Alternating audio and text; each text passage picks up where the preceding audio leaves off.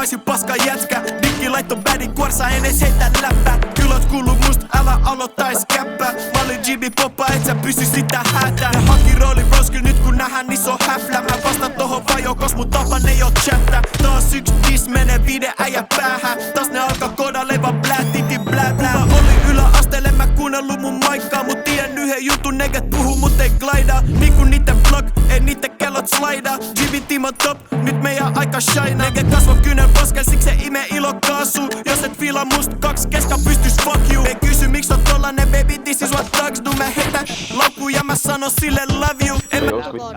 Nyt onko oikeesti? Onko oikeesti? Saavut jokaiselle euraa. Supporttiin saman tien 2 minuuttia aikaa ja pidät pelin päällä. Miksi pitää koodata? Mitä sä hyödyt siitä? No juu.